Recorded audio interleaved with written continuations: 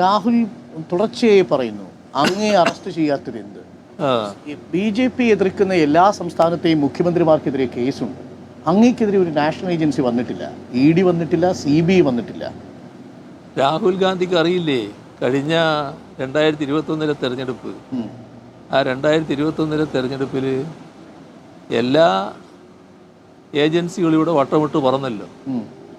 കോൺഗ്രസും UDFും അതിശക്തമായിട്ടാണല്ലോ ഞങ്ങൾക്കെതിരെ ആരോപണം ഉന്നയിച്ചുകൊണ്ട് രംഗത്ത് വന്നത്. അവരെ സഹായിക്കാനാണല്ലോ ഏജൻസികളുടെ വരവുണ്ടായത്. എന്നിട്ട് എന്താ സംഭവിച്ചത്? എന്നും സംഭവിച്ചില്ലാലോ. കള്ളക്കേസ് പോലും അങ്ങയുടെ അടുത്ത് എടുത്തിട്ടില്ല എന്നതാണോ ഉദ്ദേശിക്കുന്നത്? അല്ല, ഇങ്ങനെ അവർക്ക് കേസ് എടുക്കണമെങ്കിൽ അതിനുള്ള വകുപ്പുകൾ വേണ്ടേ, അതിനുള്ള കാര്യങ്ങൾ വേണ്ടേ? ഇന്ന് കേരളം നമ്മുടെ രാജ്യത്ത് ഏറ്റവും അഴിമതി കുറഞ്ഞൊരു സംസ്ഥാനമാണ്. അത് 2016 നമ്മളിപ്പോൾ പോകുന്ന ധർമ്മടത്തെ നമ്മുടെ കോൺസ്റ്റിറ്റ്യുവൻസിയിലുള്ളിലൂടെ മുഴുപ്പിലങ്ങാട് ബീച്ചിന് സംഭവിച്ചൊരു മാറ്റമുണ്ട്. പ്രേക്ഷകർ മുഴുപ്പിലങ്ങാട് ബീച്ചിൽ വന്നിട്ടില്ലെങ്കിൽ അവിടെ ആ വാക്ക് ഇങ്ങനെ യാത്ര ചെയ്യുമ്പോണ്ടല്ലോ ഗംഭീരമായ കാഴ്ചകൾ കാണാം. ഞങ്ങൾ അങ്ങോട്ടാണ് പോകുന്നത്. MLA കൂടി ആയതുകൊണ്ട് മണ്ഡലത്തിലെ ചില കാഴ്ചകൾ കാണിച്ചു തരാമെന്ന് പറഞ്ഞു. ആ കാഴ്ചകളിലേക്കാണ് നമ്മൾ പോകുന്നത്. അതിനിടയ്ക്കാണ് നമ്മളുടെ ഈ വർത്തമാനം. ഓക്കെ, നമ്മൾ പറഞ്ഞു വന്നത് എങ്ങനെയാണ് BJP കേസെടുക്കാത്തതിന്.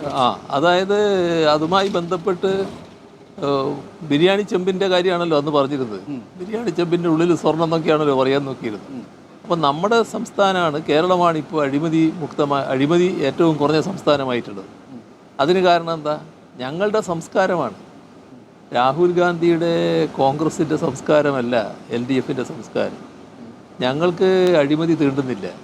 അതുകൊണ്ട് തന്നെ ഒരു പ്രശ്നവും ഞങ്ങളെ ബാധിക്കുന്നില്ല. ഇപ്പോൾ നിങ്ങൾ മാധ്യമപ്രവർത്തകർ തന്നെ ആലോചിച്ചാൽ മനസ്സിലാക്കാൻ കഴിയുന്നൊരു കാര്യമുണ്ട്, അല്ലെങ്കിൽ ബന്ധപ്പെട്ടാൽ മനസ്സിലാക്കാൻ കഴിയുന്ന കാര്യമുണ്ട്. ഇന്നിപ്പോൾ നമ്മുടെ കോൺട്രാക്ട് പ്രവൃത്തികളൊക്കെ ഏതെങ്കിലും ഒരു സംസ്ഥാനത്തുള്ളവർ മാത്രമല്ലല്ലോ, രാജ്യത്താകെയുള്ളവർ എല്ലായിടത്തെയും കോൺട്രാക്ട് എടുക്കില്ല.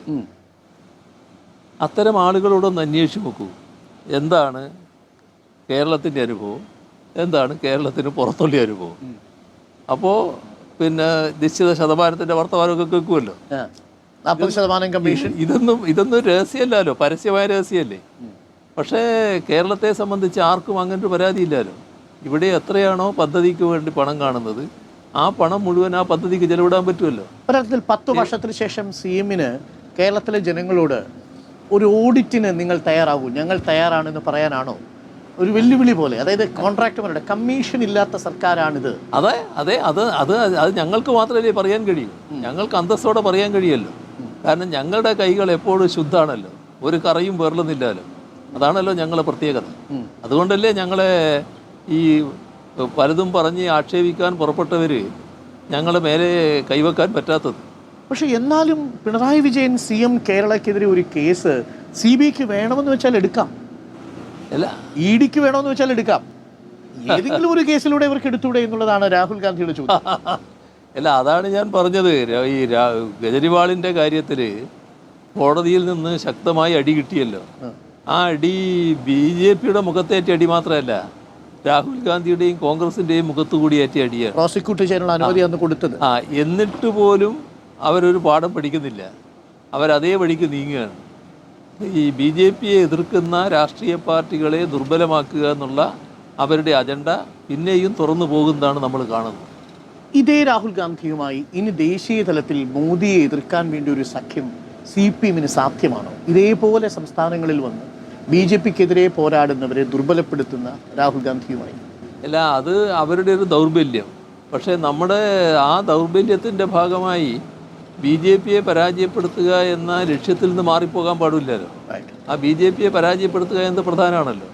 അപ്പോൾ ആ പ്രാധാന്യം തിരിച്ചറിഞ്ഞ് അതുമായി സഹകരിക്കാൻ തയ്യാറായാൽ അവർക്ക് ദൗർബല്യം പറ്റിയതാണെങ്കിലും അത് സാരമില്ലാത്ത നിലപാട് ഞങ്ങൾ എടുക്കും. അതായത് കേരളത്തിൽ നിന്നല്ല, രാജ്യത്തെ CPM എതിർക്കുന്ന രാഷ്ട്രീയ എതിരാളി BJPയാണ്.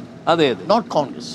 BJPയാണ് ഇന്ന് ഏറ്റവും പ്രധാനമായിട്ട് രാജ്യത്തിന് മുന്നിൽ ആപത്തായിട്ട് നിലകൊള്ളുന്നത്. കോൺഗ്രസ് മുക്ത ഭാരതം എന്നത്, അതുകൊണ്ട് തന്നെ BJPയെ പരാജയപ്പെടുത്തുക എന്നുള്ളത് വളരെ പ്രധാനമാണ്.